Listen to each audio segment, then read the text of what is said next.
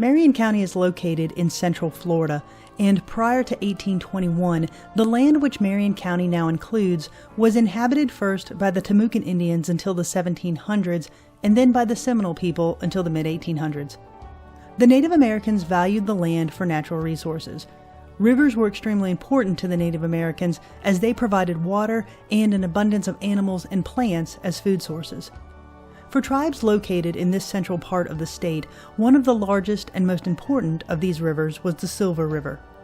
The headwaters to the Silver River begin at Mammoth Spring, which, along with 5 other nearby springs, releases nearly 880 million gallons of pure water each day to form the Silver River.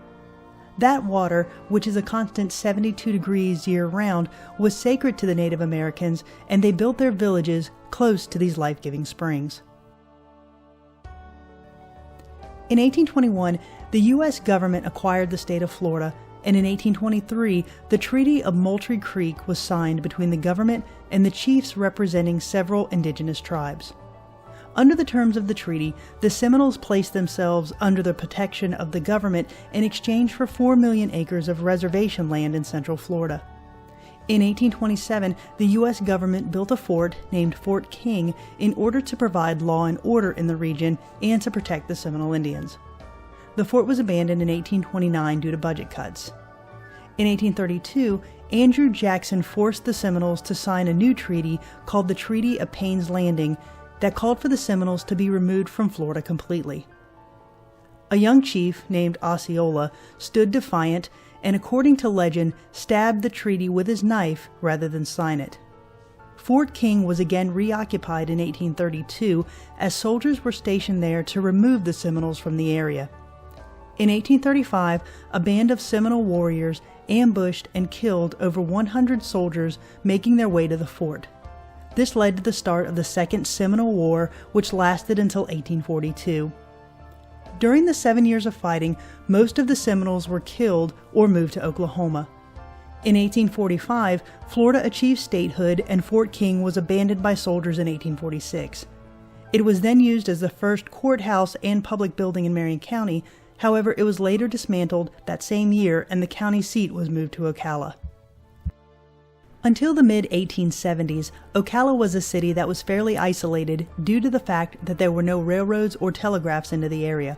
However, the use of steamboats on the Silver and Ocklawaha rivers became a major commercial shipping mechanism, as well as a method for bringing tourists into Central Florida. In 1876, the first railroad into Ocala led to a boom in commercial trading and an increase in tourism.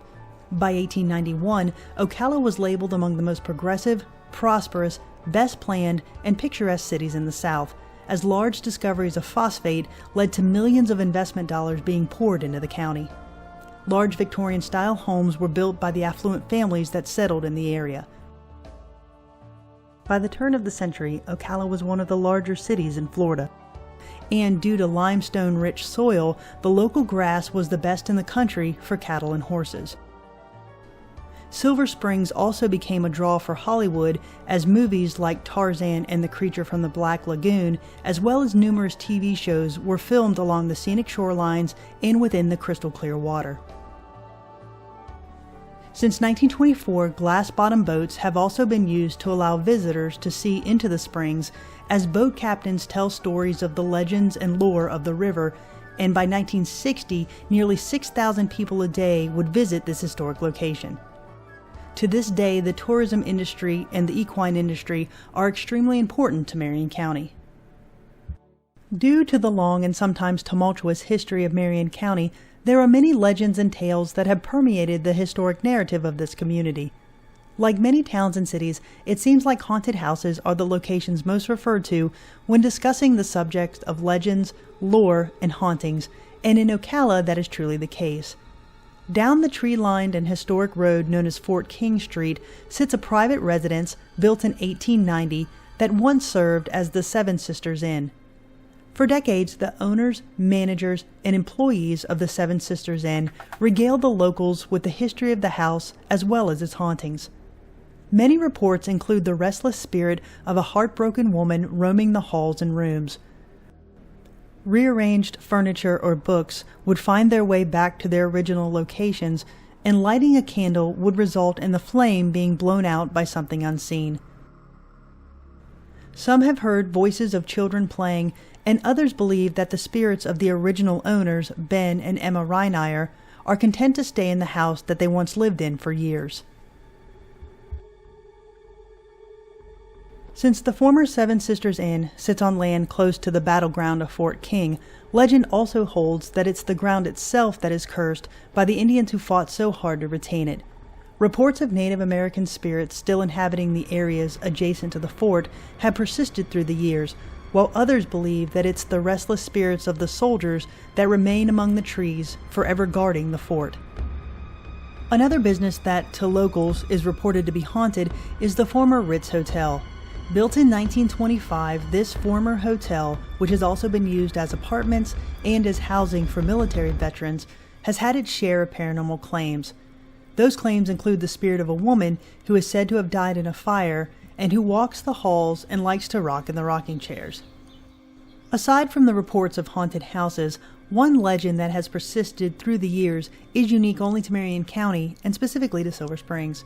Many current and former employees of Silver Springs believe that the land surrounding the springs is haunted by the spirits of Native Americans, and some have even reported having paranormal encounters in the park's restaurants and gift shops.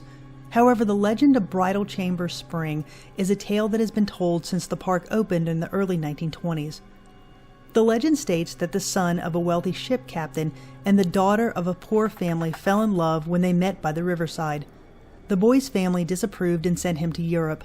The young woman, dying of a broken heart, asked that her body be lowered into the springs upon her death. When the young man returned and looked for his love, he saw that her body was in the spring below, and he dove to free her body. But instead, he drowned in the spring beside the woman that he vowed to love forever. For decades, reports of seeing ghost lights in the water or even the specters of the lovers near the springs has been reported by employees and guests to the area.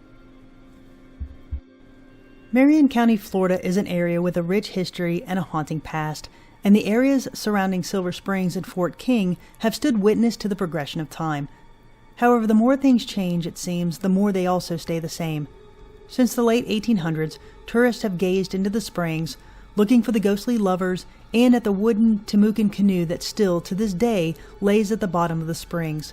And they have wondered about the Native American history, legends, and lore. Just like tourists today walk down the historic Fort King Street and wonder if the Victorian houses, such as the former Seven Sisters Inn, really are haunted.